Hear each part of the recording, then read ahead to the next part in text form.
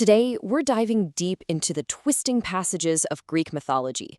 For nearly 3,000 years, these stories have been a cornerstone of Western culture. And we're not just looking at any story, we're descending into one of its most famous and mysterious creations, the Labyrinth.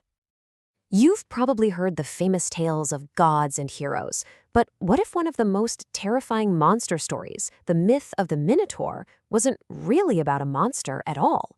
What if it was about something much more personal? The journey into adulthood. So, to really get to the bottom of that idea, we first need to go back to the classic tale itself.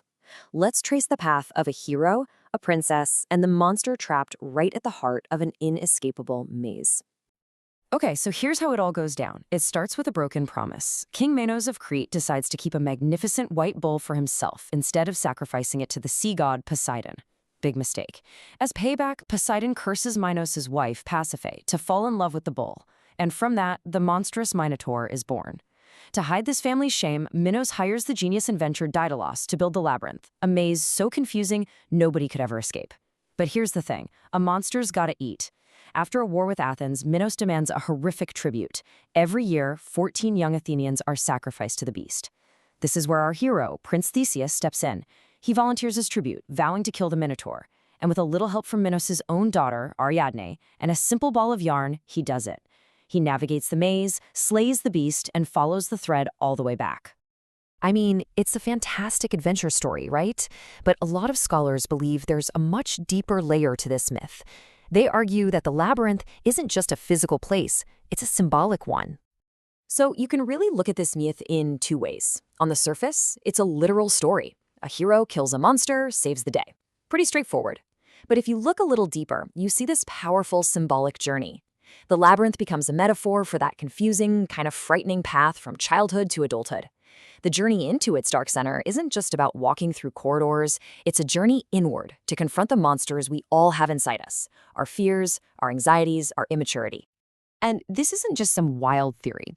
As the historian Philippe Bourgeot points out, the story of Theseus is packed with initiatory themes.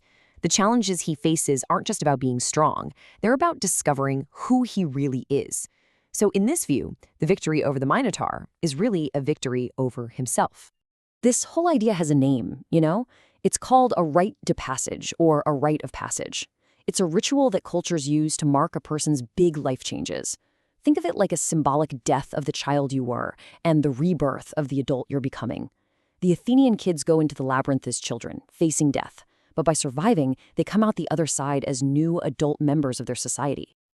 So here's the crucial point. The Minotaur is the final exam. It's the ultimate inner demon, the perfect symbol for all the chaos and confusion of growing up that you have to face down and conquer before you can truly mature.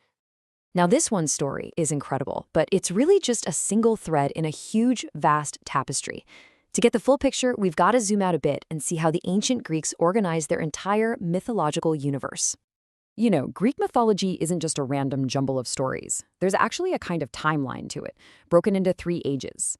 First up is the Age of Gods, which covers how the world and the gods themselves got started.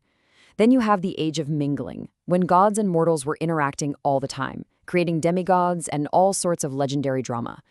And finally, we land in the Heroic Age, and that's exactly where our guy Theseus fits in. This is when the gods kind of took a step back, and the spotlight turned to the amazing deeds of human heroes. And of course, who was running the whole show? The Olympian gods. You've got the head honcho, Zeus, king of the gods. And then there are all the key players, like Poseidon, the moody god of the sea, whose anger, you'll remember, kicked off our whole Minotaur story. You've got Athena, the goddess of wisdom, and Apollo, the god of the arts. Their drama and their desires were really the engine behind countless myths. Oh yeah, the heroic age. This was the blockbuster era for the ancient Greeks. This is where you find the epics that defined their culture. Besides Theseus, you've got the 12 unbelievable labors of Heracles, the quest for the Golden Fleece with Jason and the Argonauts, and of course, the big one, the Trojan War. So, all of this brings up a really fascinating question. We call these stories myths, but how did the ancient Greeks actually see them? Were they just fun stories, or were they something more? Well, for the vast majority of people in ancient Greece, this stuff wasn't fiction, not at all. It was their history. It was their religion. It was their culture, plain and simple. Being able to trace your city's origins back to a hero or even a god, that was a huge source of pride. But was it really that simple? Did everybody just accept these stories word for word? Well, as Greek society got more complex, so did their thinking. A new way of looking at these tales started to bubble up. As early as the 6th century BC, you start to see philosophers like Xenophanes pushing back. He basically looked at the stories of the gods and said, hold on a second, these gods are acting terribly. They steal, they cheat, they lie. To him, these tales were actually disrespectful and unworthy of anything truly divine.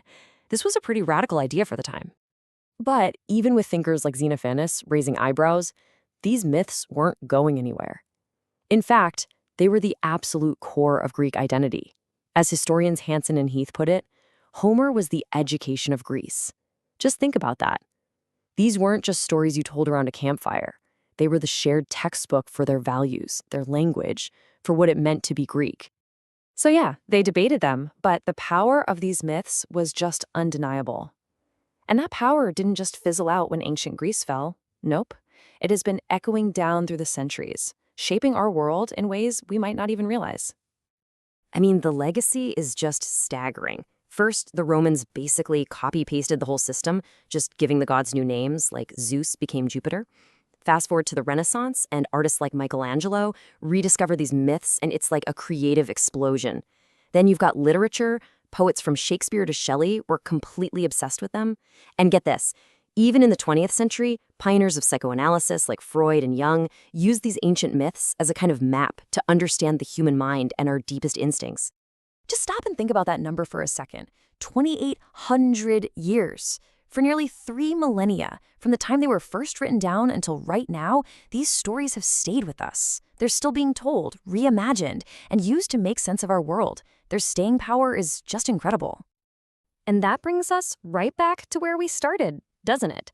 The myth of the Minotaur isn't just some dusty old story. It's a mirror. It reminds us that we all have our own complex labyrinths to navigate in life. So it leaves us with one last question to chew on. What monsters are we fighting in our own labyrinths?